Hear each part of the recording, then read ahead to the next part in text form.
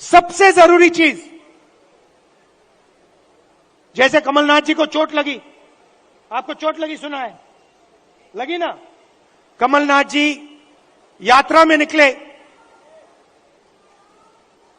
रथ के कोने पे खड़े थे, बहुत भारी भीड़ थी, धक्का लगा, घुटने में चोट लगी।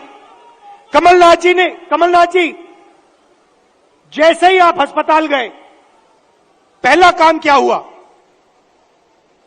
डॉक्टर ने पहला काम क्या किया बताइए?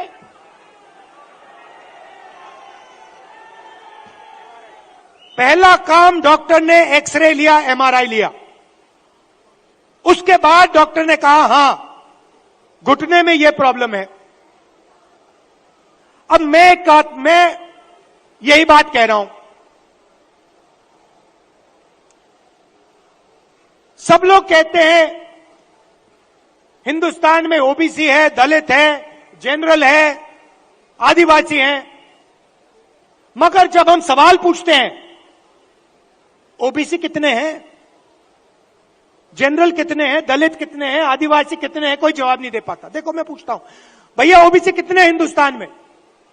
कोई नहीं दे सकता। तो मैं ये कह रहा हूं कि अब वो समय आ गया है कि हमें हिंदुस्तान का एक्सरे करना है,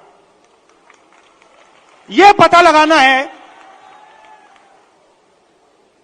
कि अगर 90 अफसर हिंदुस्तान को चला रहे हैं और उसमें से 5% भागीदारी ओबीसी को मिल रही है, तो क्या ओबीसी की आबादी 5% है? क्या हो ही नहीं सकता।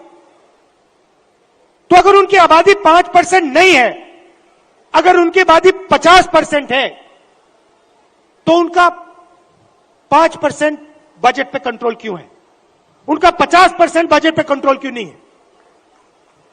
अब जब मैं ये सवाल उठाता हूं, बीजेपी के लोग कांपने लग जाते हैं, नरेंद्र मोदी जी भाग जाते हैं, अमित शाह जी कुछ और कहते हैं, हिंदू मुस्लिम कहेंगे, नफरत फैलाने की कोशिश करेंगे। भाई और बहनों, देश के सामने एक ही मुद्दा है, कास्ट सेंसस। ओबीसी कितने हैं और उनकी भागीदारी कितनी होनी चाहिए, यह हिंदुस्तान के सामने सबसे बड़ा सवाल है। और कांग्रेस पार्टी की हिंदुस्तान में सरकार है, पहला काम यह हम करके दिखाएंगे। अब बीजेपी के पास मजे की बात सुनिए, कास्ट सेंसस कांग्रेस पार्टी ने किया, जब हमारी सरकार थी हमने किया। सारे के सारे आंकड़े नरेंद्र मोदी जी के पास हैं। हिंदुस्तान में कौन सी जात की कितनी आबादी है, हिंदुस्तान की सरकार जानती है।